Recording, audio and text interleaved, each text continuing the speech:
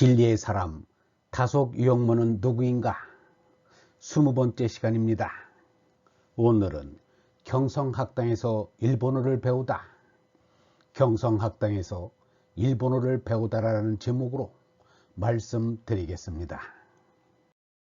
1905년 11월 17일에 저주스런 을사조약이 일본의 무력 위협 아래 강압으로 체결되었습니다. 일본군은 서울 남산에 포대를 설치하고 포신을 임금이 거천한 왕궁으로 겨냥하였습니다. 일본군 1개 대대 병력은 서울 시내에서 시위 전투훈련을 전개하였습니다. 남의 나라 서울에서 이 무슨 짓들이란 말인가? 일본 전황의 특사 이토는 주한 일본군 사령관 하세가와를 대동하고 3번이나 고종 임금을 아련하고 조약 체결을 독촉하였습니다. 그래도 임금이 말을 안 듣자 이토가 직접 내각회의를 주재하며 조약 체결을 강요하였습니다. 세상에 이런 회개한 일이 어디 있단 말인가? 그래도 안 되자 대신을 한 사람씩 불러 찬부를 물었습니다. 아니, 찬성을 강요하였습니다. 조약 체결에 반대한 대신은 참정 한규설, 탁지부 민영기 2사람뿐이었습니다. 찬성한 자는 예부 박재순, 내부 이지용, 군부 이근택, 학부 이완용, 농상부 권중현이었습니다. 이 5사람이 그 유명한 을사오적입니다.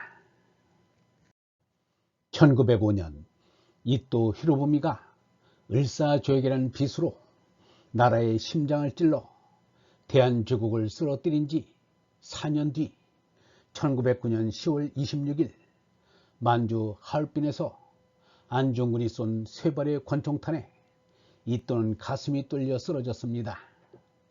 1905년 일본이 이토를 시켜서 을사조약이라는 빚으로 대한제국을 쓰러뜨린 지 40년 뒤 1945년 8월 6일 미국이 히로시마 상공에 던진 원자탄으로 일본이 쓰러졌습니다. 예수가 말하기를 칼을 쓰는 자는 칼로 망한다 라고 하였습니다. 그 말이 거짓말이 아니고 사실임을 보여주었습니다. 100m에 이르는 거목이 쓰러질 때는 애절하고 비통한 울음을 경천동작에 운다고 합니다. 그런데 5000년 역사를 지닌 대한제국이 넘어질 때는 힘이 다하여 울음다운 울음도 울지 못하였습니다.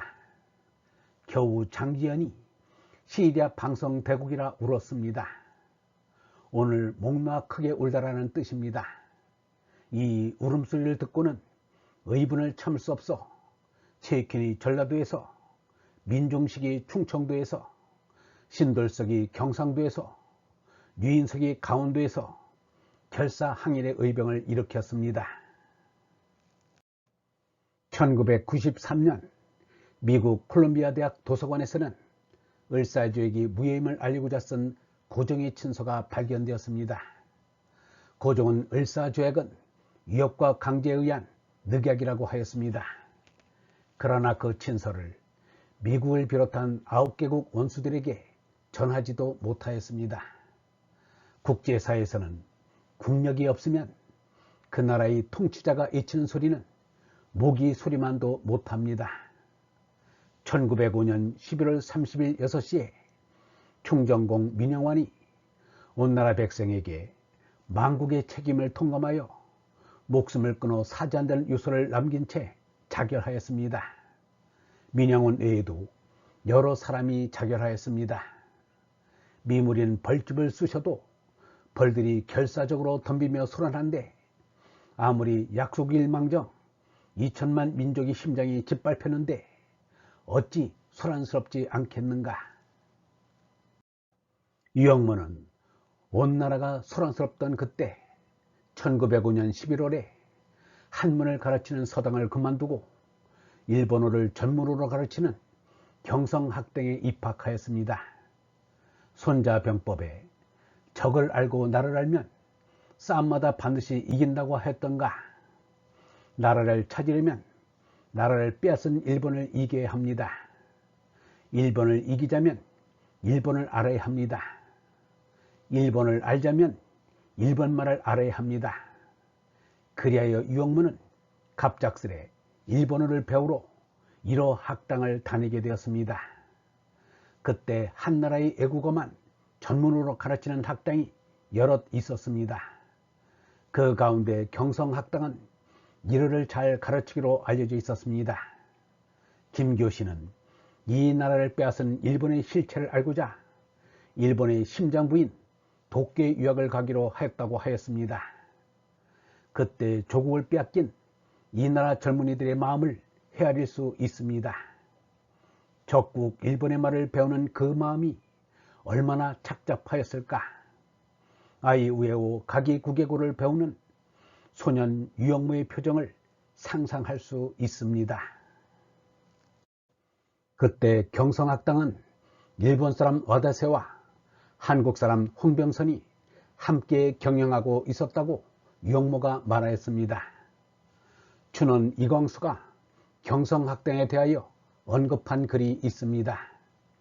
그때의 학교가 몇이나 되었는지 알 수 없다.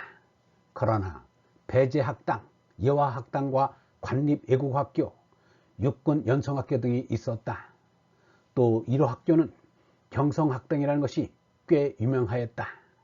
춘원전집. 유영모가 경성학당에서 함께 공부한 학생으로는 류일선을 기억하고 있었습니다. 류일선은 유영모처럼 수리에 밝은 사람입니다. 그 방면으로 공부를 계속하여 중앙학교에서 수학 물리학을 가르쳤습니다.